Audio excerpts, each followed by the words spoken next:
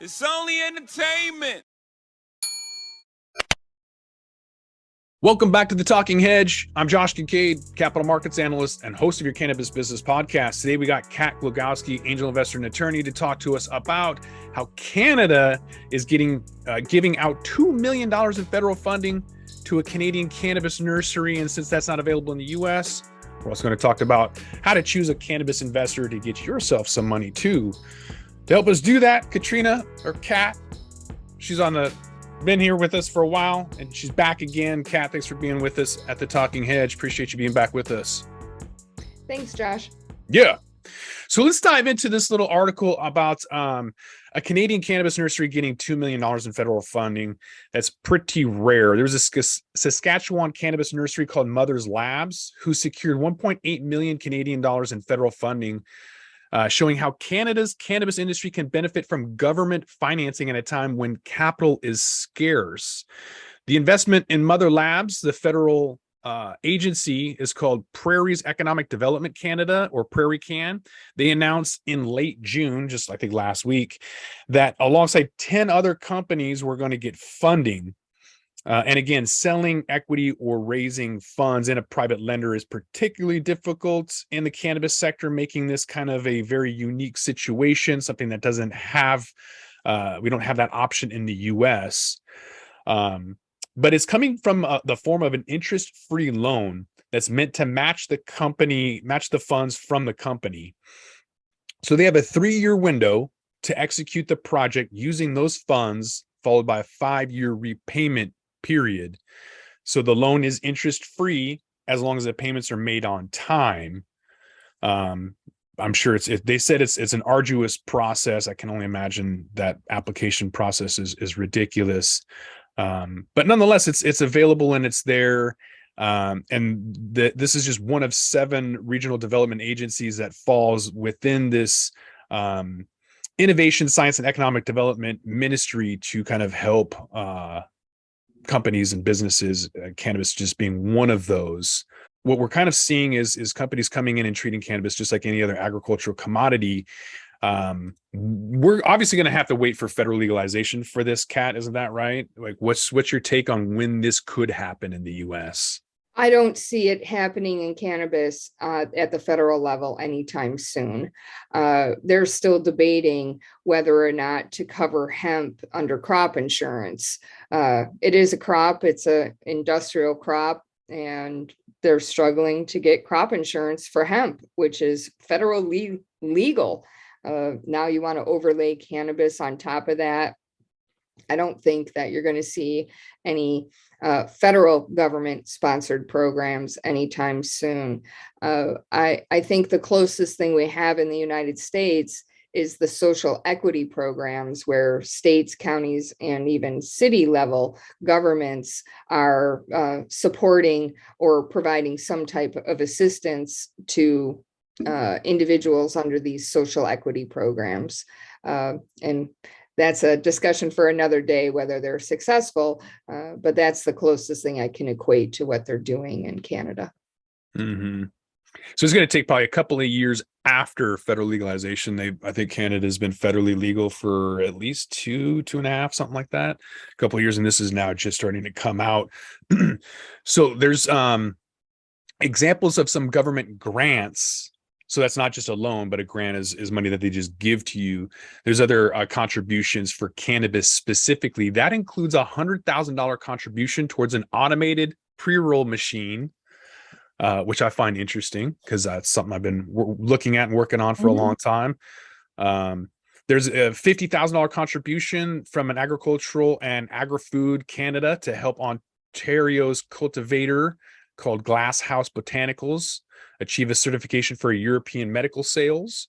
And then there's 2.9 million contribution for British Columbia producer Tantalus Labs for a greenhouse expansion from Western diversification, and to get into British Columbia and Alberta and Saskatchewan. So there's other government grants and cannabis industry contributions that have been given out since the pandemic. And that's going to be pretty big for a lot of these companies that don't have, $100,000 for pre-roll machine, for example, to try and develop something there. So it's very, very unique situation. The grants, the provision of grants and loans to cannabis companies in Canada is very interesting. First, it shows that the Canadian government stands behind the legalization and they support the legalization. And they're showing that support with dollars. But it also shows you the continuing problem that cannabis companies and cannabis related business companies have raising money because of the banking issues. So the Canadian government said, all right, we'll help you directly. And I think it's great for the cannabis industry to have such support of their government. Yeah, one of the bigger Canadian government contributions was 5.4 million contribution from Prairie Can to an Alberta-based biopharma to increase their manufacturing capacity. So not bad. But if you are in the US and you don't have those options yet, here's a few ways on how to choose a cannabis investor. Number one is interest. 10 ways to measure how to structure your assessment of finding an investor. Number one being the interest. Does your gut tell you that the investor is in it for the long haul or more interested in a quick approach? So we call that dumb money. If the investor is not going to help you, you probably want to move on. You want to find somebody who has more than just money that's going to help you scale. Correct. Number two on that list is mission. So what is your firm's mission? Some folks, might only want an ESG, that's environmental social governance, or a social responsible investing. And if you're out there as an unapologetic capitalist and all you want to do is make money, it's probably not the right fit. So you want to make sure that you're in the right mission. If you're out there seeking investment for cannabis and they only are looking at petroleum, not the right fit. You got to make sure you're on the right mission. And I think that's a big thing, is trying to get on the right page with the investor, right? Just like you're making friends, you want to have something in common.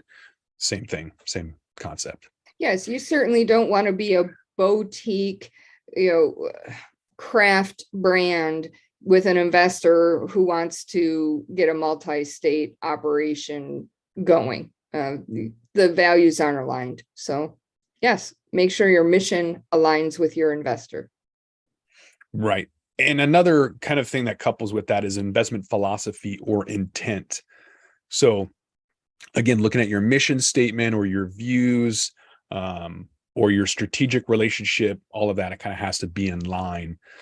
Number four is force multiplication. So a force multiplier, military term applied to factors that increase potential. So this, if you want to relate it to financial intent, do you see the potential for your prospective investor to be a force multiplier? Kind of what we mentioned just a moment ago, where you don't want that dumb money. You want somebody that's going to help you to find other partnerships or scale, expand, whatever it is that you're trying to do. You want them to be a force to be reckoned with and help you to improve that much faster, like an accelerator would. Right. Traditionally, you're looking to an investor to provide you connections, be it marketing connections, be it sales connections, be it accounting, legal, something. What does the investor bring to the table outside of just dollars, Josh? Mm-hmm. At number 5 on this of how to find the right investor is the mosaic approach, describing how a firm can collect bits of information and how they blend those into a mosaic that helps identify good investments, like how your investor approach to help you understand that evaluation and the firm and how they arrive at the value for your company. Knowing their mosaic process can help you negotiate the terms of investment in a positive way. Agreed. Nice approach. Yeah, basically just looking and doing some research, finding out what they want, and then tailoring what you need based on what they want. Having patience is definitely something that you need. You're going to hear no a lot. You hear that from every single success story and how they heard no a lot. So patience has a longer horizon than capital. You have to wait for the right partner, no doubt. And that's going with the right fit. So the evolving industry needs to have the right fit for somebody. If you have a retail investor and you're on the production side, probably not the right fit. There's all too often that people are running in to try to get cash and not really looking at the right opportunities. Not every opportunity is the right opportunity, and not every person is the right fit. 100%, Josh. Valuation is something that we've laughed about a lot on this podcast, you and I, about $420 million valuations and just crazy situations, and it can be very delicate. So if you're growing a company, having the right valuation, it's kind of like home prices right now. If your house is priced accurately, it will sell quickly. If your house is priced 15 or 20% above current market value, no one's going to look at it. So houses will sell quickly if it's priced right. The valuation of your company is the same thing. If you have an arbitrary number like 420, you're going to probably get sued eventually. Having the right valuation is going to make everything a lot cleaner. This is a sticking point for so many entrepreneurs and, of course, investors, Josh. When you come in, I have a drawing on a napkin. I've never had a single sale, and my company is worth $100 million. I mean, you just blow credibility out of the water. So I would caution anyone, either an entrepreneur or an investor, to really look at valuation. Right. And when you're looking at an investor, they may want to have a board seat. And so there has to be the right blend or the right fit again. So requiring a board seat or past investments, do they fit with the existing board and vision? Are they inclined to focus on strategic matters or get involved in management? Or are they just off doing their own thing? You have to have the right people involved and have that right blend. Agreed. And then decision time. So once everything is figured out and you're ready to go or no go, you have a green light, you all have to be on the same page for negotiations, and be real with yourself. If it's not the time to move forward, you need to have people who are going to tell that to your face and be real with you. So having the right investors and the right proposals to fit your needs, all looking to move in unison is important. And being on the same page with timing is absolutely critical. Yeah. Simply put, Josh, investing for both the entrepreneur and the investor is a type of marriage. Are your values aligned? Can you be in the same room with this person? Can you have disagreements and resolve the disagreements without letting them fester? In a lot of ways, it is a marriage, and you should approach the business arrangement very carefully, because it can be very, very hard to get out of it, just like a divorce. Mm-hmm. It's not easy finding federal funding, but there are programs out there, especially if you're Canadian. Nothing out there if you're American yet, but keep a lookout. So with that, I think we're gonna have to roll this one up. I want to thank my guest, Kat Glogowski, angel investor and attorney. Kat, thanks again for being with us at The Talking Hedge. Thanks, Josh. Appreciate it. I'm Josh Kincaid. This is The Talking Hedge. Don't forget to like, share, and subscribe, or don't, and I'm out. Don't forget to smash that like button on your way out and check out these other videos that we've got.